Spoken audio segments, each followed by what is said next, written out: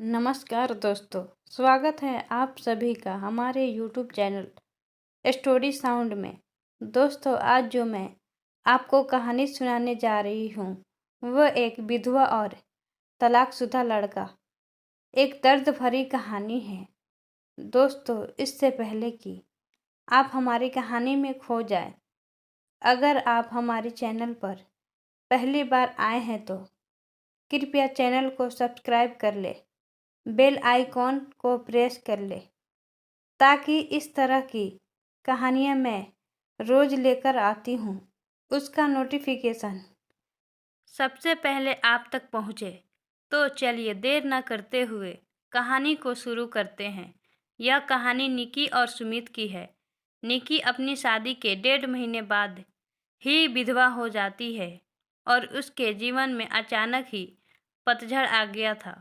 निकी को ऐसा लगता था जैसे वह संसार की सबसे बदनसीब औरत है। उसकी आंखों के आगे उसका अंधेरा जैसा भविष्य हमेशा घूमता रहता था।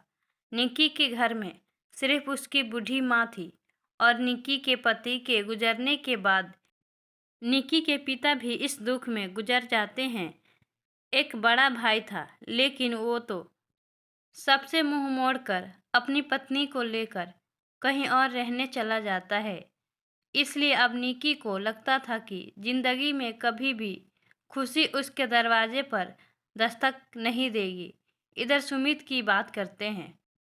सुमित की शादी 2 साल तक तो अच्छी चल रही थी, लेकिन फिर उसकी पत्नी का किसी और के साथ चक्कर चलने लगा और वो उस दूसरे आदमी के साथ खुलेआम अय्याशी करने लगी।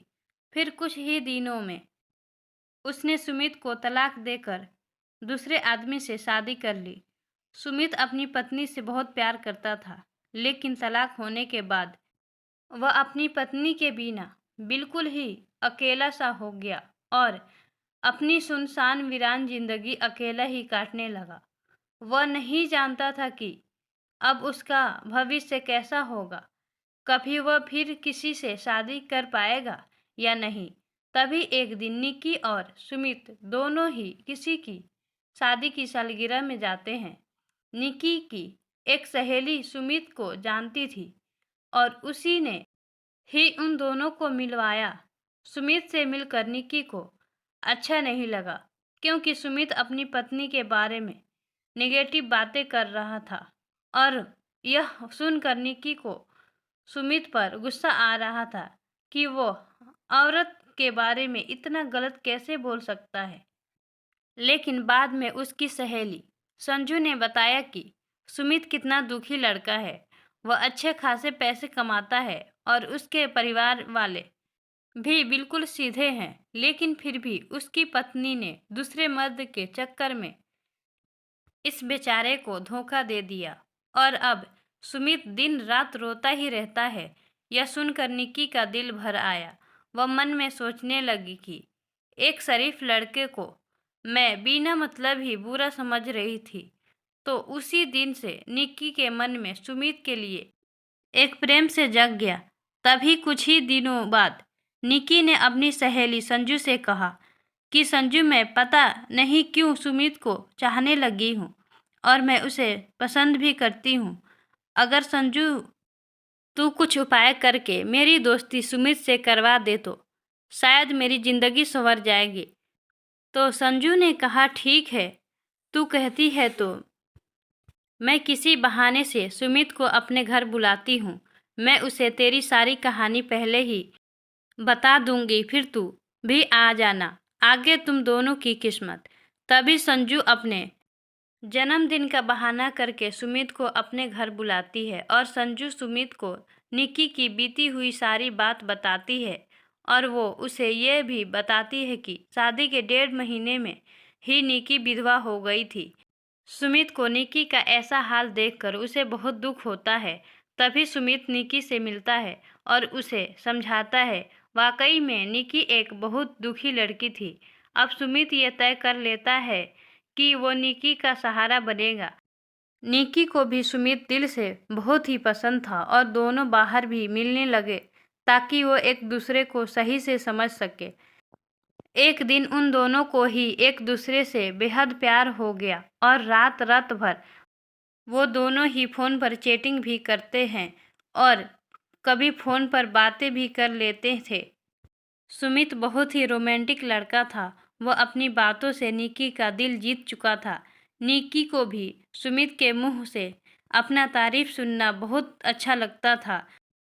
दोनों ही हर रविवार को मिलते थे, पार्क में घूमने जाते थे और कभी कभी रात को होटल में डिनर करने भी चले जाते थे। तभी एक दिन निक्की सुमित को अपने साथ अपने घर ले गई और उसे अपनी माँ से मिलवाया। सुमित ने जब निक्की की माँ के पैर छुए तो निक्की की माँ रोने लगी और निक्की का हाथ पकड़कर कहने लगी कि बेटा, मेरी बेटी का सहारा जरूर बनना और उसका साथ भी कभी मत छोड़ना। मेरे सिवा इसका कोई भी नहीं। अब मेरा भी कोई पता नहीं कब उस भगवान का बुलावा आ जाए। अगर मैं मर गई तो मेरी जवान लड़की का क्या होगा। यह सुनकर सुमित की भी आंखों में आंसू आ गए और निक्की भी खूब रोने लगी। तभी सुमित ने कहा कि माँ जी, आप बिल्कुल चिंता ना करें। निक्की का मैं मरते दम तक साथ नहीं छोड़ूंगा और आपको भी कुछ नहीं होगा और आपकी बेटी का मैं जिंदगी भर ही ख्याल रखूंगा। यह सुनकर निक्की की माँ और निक्की को बहुत ही अच्छा लगा और निक्की सुमित का हाथ अपने गालों पर लगाकर रोती है। तभी एक दिन दोनों ही पार्क में बैठे थे तो निक्की ने कहा कि सुमित, तुम अपने घर वालों से मुझको कब मिलवाओगे। सुमित ने बात टाल दी और उससे प्यार भरी बातें करने लगा और कहा, निक्की, मैं तुम्हारे बिल्कुल नज़दीक आना चाहता हूँ। बोलो, तुम मुझे अपने करीब कब आने दोगी। लेकिन निक्की सुमित को अपने करीब आने से मना करती है, मगर फिर भी थोड़ा बहुत वो दोनों प्यार कर ही लेते हैं। तभी निक्की की सहेली संजू ने निक्की के कान भरना शुरू कर दिए। उसने कहा कि निक्की, लड़कों पर इतना जल्दी भरोसा नहीं करते। तू तो सीधी साधी है। सुमित को अपनी माँ से भी मिलवा दी, लेकिन सुमित ने तुझे किसी से मिलवाया? कहीं ऐसा ना हो कि वो तुझे इस्तेमाल करके ना छोड़ दे। यह सुनकर निक्की के कान खड़े हो गए और वह सोचने लगी कि कहीं सुमित मुझे धोखा तो नहीं दे रहा। उधर सुमित ये सोच रहा था कि मैं निक्की को अपने घर कैसे लेकर आऊं।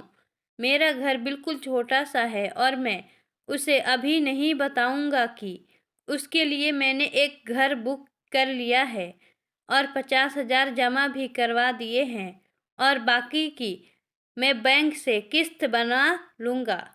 एक महीने बाद सुमित का जन्मदिन था। सुमित ने सोचा, मेरे जन्मदिन पर ही निक्की को सरप्राइज दूंगा और तभी निक्की और उसकी माँ को भी घर बुला लूंगा। उसी दिन निक्की से शादी की सारी बात करके उसे सगाई की रिंग भी पहना दूंगा, क्योंकि निक्की के परिवार में और कोई नहीं है।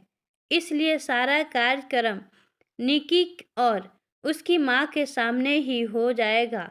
अगले दिन निक्की सुमित को फोन करती है और गुस्से में कहती है कि तुम अपने घर वालों से मुझे कब मिलवाओगे। सुमित फिर से बात को टालते हुए बात को पलट देता है। अब निक्की का शक और भी बढ़ जाता है। तभी निक्की सुमित से कहती है, तुम्हारे बैंक में कितने पैसे हैं, मुझे अपना बैंक बैलेंस दिखाओ।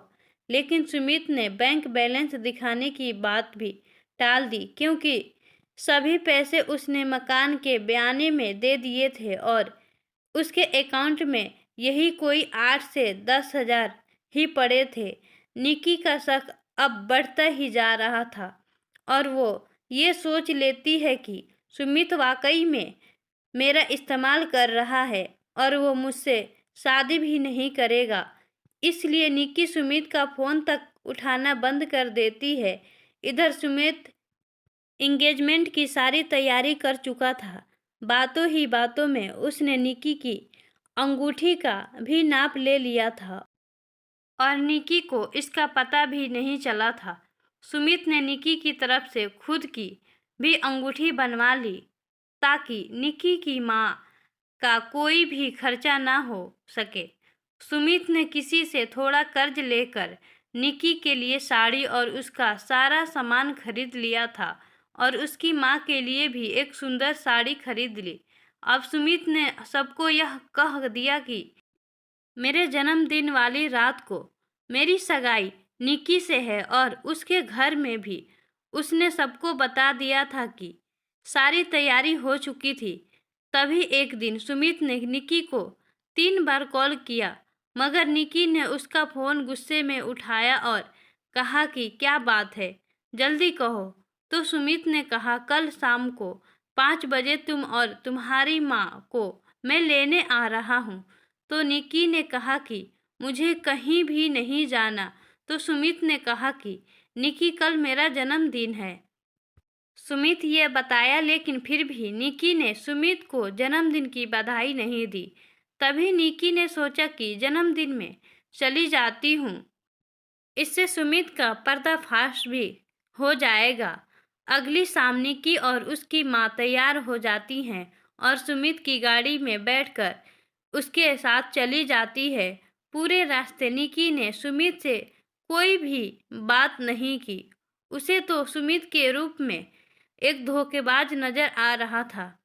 तभी जैसे ही निकी सुमित के घर की दहलीज पर कदम रखती है, वैसे ही सुमित की माँ आरती की थाली लेकर आती है और निकी को टीका लगाकर उसकी आरती उतारती है। यह देखकर निकी हैरान रह जाती है। तभी वो भी सुमित की माँ के पांव छूती है। उसकी माँ उसे अंदर आने के लिए कहती है।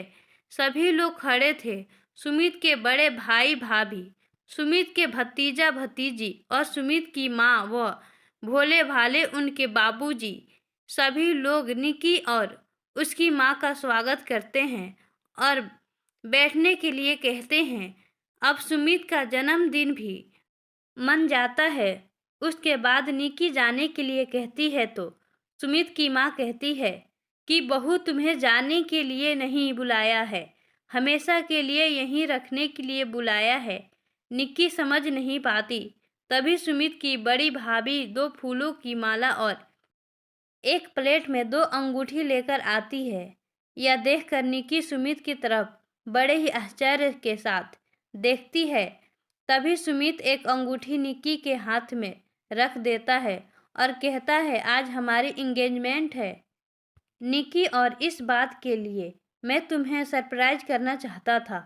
तुम्हें यह रिश्ता मंजूर है ना? निक्की रोने लग जाती है और मन में ये सोचती है कि मैंने किस लड़के पर शक किया। सुमित ने नए मकान के कागज भी निक्की के हाथ में रख दिए और कहा कि निक्की, ये मकान मैंने तुम्हारे लिए लिया है क्योंकि हमारा ये घर थोड़ा छोटा है ना, इसलिए निक्की की आंखें अब अपने आंसुओं को रोक ही नहीं पा रही थी। तभी निक्की ने मकान के कागज अपनी सास के हाथ में रखते हुए कहा कि माँ जी, मुझे तो इसी घर में रहना है आपके साथ, मुझे नया मकान नहीं चाहिए। इस बात से घर के सभी लोग खुश हो जाते हैं। तभी सुमित कहता है कि निक्की, तुम्हारी माँ भी हमारे साथ ही रहेंगी, भला वो अकेले कैसे रह पाएगी। ऐसा करते हैं, जो मकान मैंने लिया है वो पास में ही है, माँ को तुम वहीं शिफ्ट कर दो ताकि तुम अपनी दोनों माँ को संभाल सको। अब सब कुछ ठीक हो गया था। कहाँ निक्की एक शक की वजह से सब खत्म करने जा रही थी।